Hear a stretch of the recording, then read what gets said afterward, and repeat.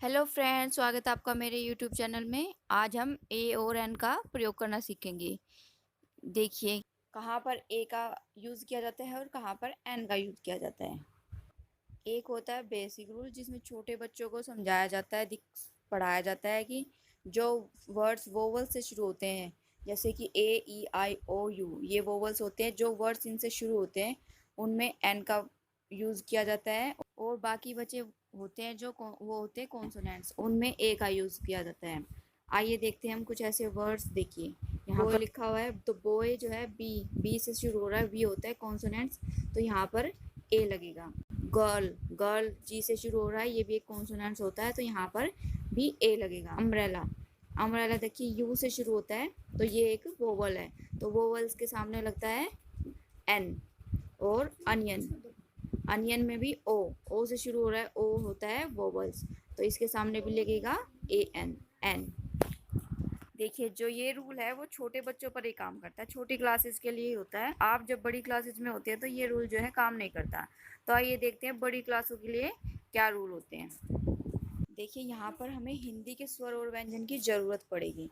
हिंदी के स्वर और व्यंजन को देखकर ही हम ए और एन का यूज़ करेंगे। जहाँ पर हिंदी के व्यंजन यानी कॉन्सोनेंट्स होते हैं वहाँ पर ए का यूज़ किया जाता है, और जहाँ पर हिंदी के स्वर यानी वोवल्स होते हैं उनकी साउंड को सुनकर हमें वहाँ पर हम एन का प्रयोग करेंगे।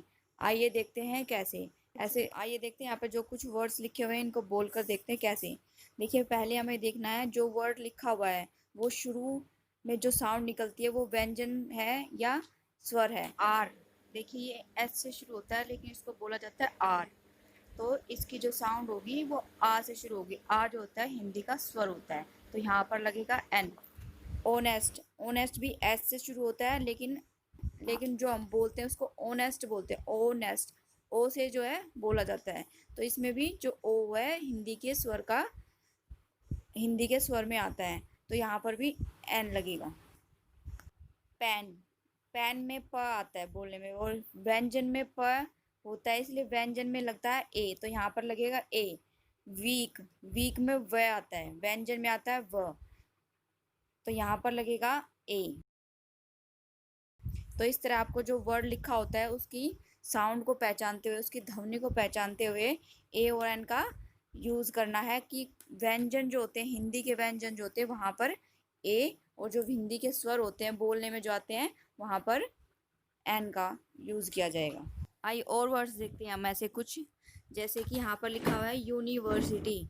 यू, ये वैसे तो इंग्लिश के वोवल्स में देखा जाए तो ये यू से शुरू होता है, तो यहाँ पर एन आना चाहिए, लेकिन यहाँ पर ए लिखा हुआ है क्योंकि ये यूनिवर्सिटी है। इसको बोलकर हम अगर हम देखेंगे यूनी, यू से शुरू होता है, और यह शब्द जो होता है वो हिंदी के कॉन्सोनेंट्स में आता है यानी व्यंजन में आता है, तो इसके साथ हमें ए लगाना है। ऐसे ही यूनिफॉर्म, यूनिफॉर्म भी जो है यू से शुरू होता है, यह से, यह भी हिंदी के व्यंजन में आता है, तो यहाँ पर भी ए लगेगा। फिर है यूरोपियन, यूरोपियन देखिए ई से शुरू होता है लेकिन इसको बोलेंगे कैसे, यूरोपियन, यू से। यह जो है हिंदी का कॉन्सोनेंट्स होता है यानी व्यंजन होता है, तो इस तरह जो है स्वर और व्यंजन की पहचान करते हुए उनकी ध्वनि को सुनते हुए ए और एन का यूज़ किया जाता है।